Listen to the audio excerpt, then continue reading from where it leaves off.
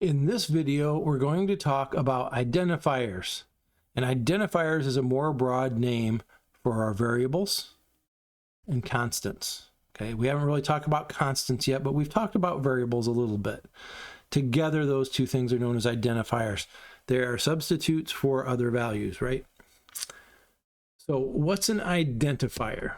An identifier, it's a sequence of characters that can consist of letters, digits.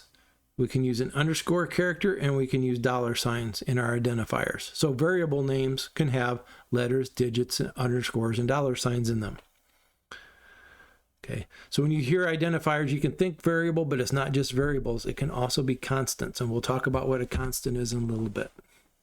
So an identifier has to start with a letter, an underscore, or a dollar sign, which basically means it just, if it's one of these things, it just can't start with a digit. Okay, you can use letters, digits, underscores, or dollar signs, but you cannot start it out with a digit. Oops. An identifier cannot be a reserved word. What do you mean by reserved word? A keyword.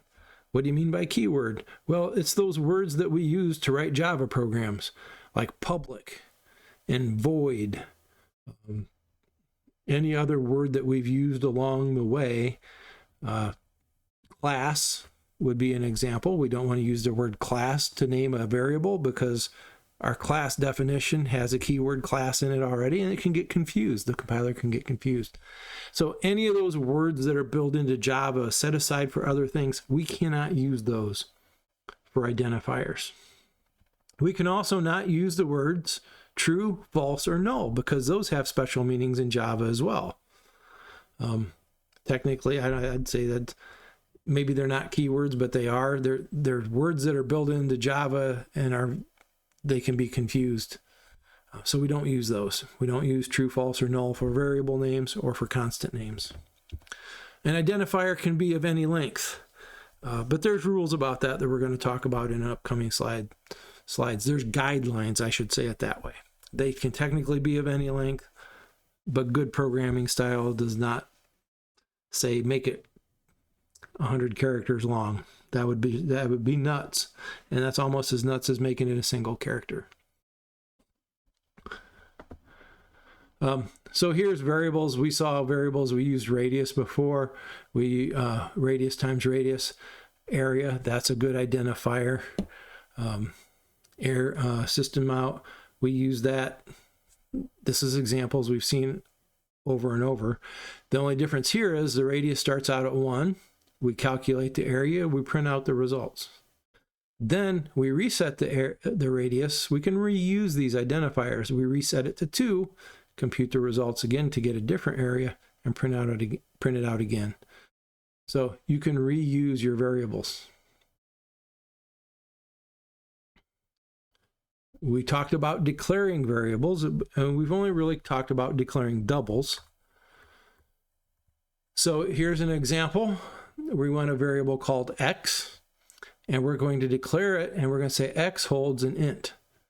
So what is an int? An int is an integer or a whole number. It doesn't have a decimal part to it. Okay. So that variable x can only hold an int. Now, single letter variable names aren't the greatest thing in the world. Where would I use x? X would be okay if I was doing something with graphing and I had x and y coordinates. X makes perfect sense as a single letter variable. But other than that, you shouldn't use single letter variables. I could have used r instead of radius here for this double. But r doesn't mean anything to anybody. Radius does, so that when I see that formula back here, I can see we're multiplying the radius times the radius. R times r might not have any meaning outside the context of this program. So a better variable name is radius. This one really drives me nuts because it's a single letter variable that can hold any character. So char for data type means that this variable is going to hold some character. So we could assign the letter H to the variable A. That's awful. A single letter variable to hold a single letter. I would use a word there that means something. Okay. Unless maybe you're assigning an A to it. And that's what they do over here. So here they assign 1 to X because 1 is an integer, so we can assign it to X. Here they assigned 1.0 to radius because radius was a double when we declared it. Okay. And here they assigned a capital A to the variable that is a lowercase a. Is that confusing? Probably is. Notice that characters are not the same as strings. They don't have double quotes. They have a single quote around them. This can only hold one character. It can't hold a string of characters. And when we do that, we use single quotes around the character we want it to contain. So the other thing we can do is declare and initialize in one step. So back here, I declared X here. I initialized it here. Declared in X, assigned 1 to X. Here, I declared in X, and then I assigned 1 to it, and I did it all in one line. Perfectly normal. We do it this way probably more often than not. Okay, it's bad to declare. It's always better style to declare a variable and set a value to it. So to make sure you don't forget, it's just easier to do it in one line. Hey, take the value 1, assign it to this variable X that holds an integer. All in one line. Hey, take the value 1.4, assign it to the variable D, and D is going to hold that double. Okay, so we declared it on the left, then we took the number and assigned from the right to the left side. We do that a lot. As a matter of fact, you did it with scanner. Remember, we created the scanner object on the right side and declared it on the left side, and the object on the right got assigned to the variable input on the left when we did that scanner one in the last video. Okay, we declared and assigned something to it. But instead of being numbers, that was an entire object. So you've actually seen this before. All right, let's talk about constants instead of variables. How do we do a constant? A constant is like a variable, except once we assign a value to it, it cannot change. If you remember back up here, we had radius set to 1 and we did some calculations to find area, and then we printed out the results. Then we set radius to 2, we recalculated area and reassigned it to another number and then printed that out. Constants can't do that because they are final. So when I say final, I'm saying create a constant, I tell it what kind of data I want the constant to hold, and then I give it a name, the constant name, and I can assign a value to it. So here's 2 examples. Here's a final, which means it's a constant. I want it to hold a double, and we're going to call it pi. So I've initialized pi, but I've made it final. So once I set the value, it can never be changed. And why should it? Pi is a perfect example of why we should use a constant. Does the value of pi ever change?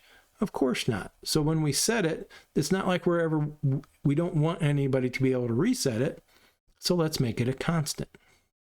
3.14159, assign it to that variable pi.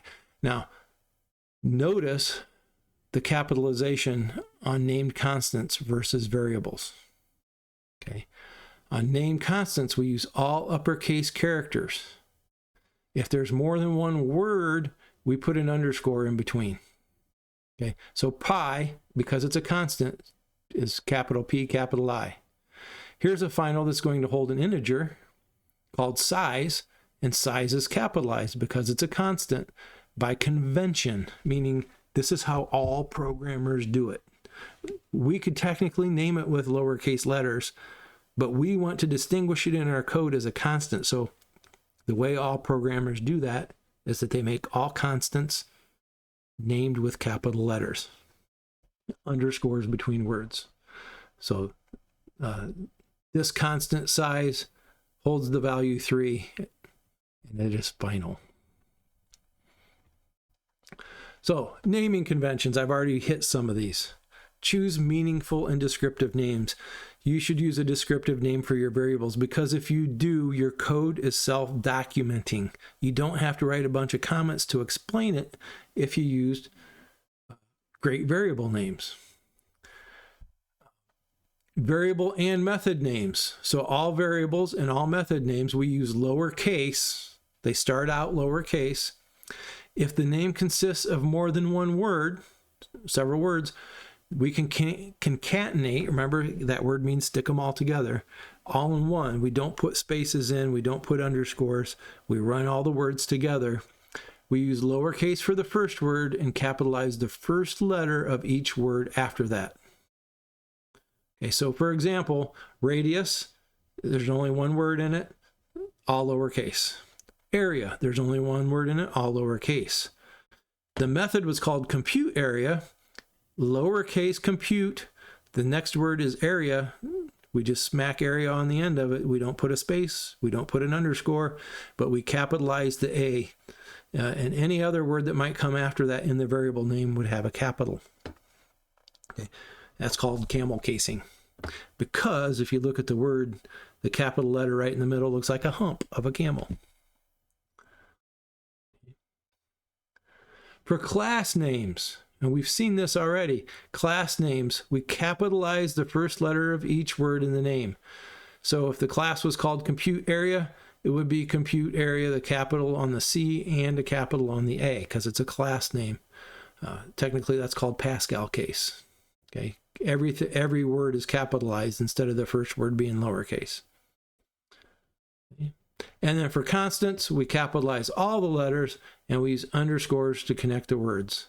So the constant pi, 2 capital letters. If I have a constant called max value, it's max underscore value, all caps. And that tells me when I'm reading through my code, anytime I see max value, I'm going to know it's a constant.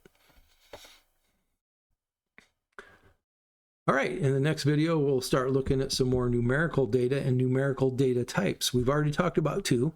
We've talked about int and we've talked about double. We're going to see some other options.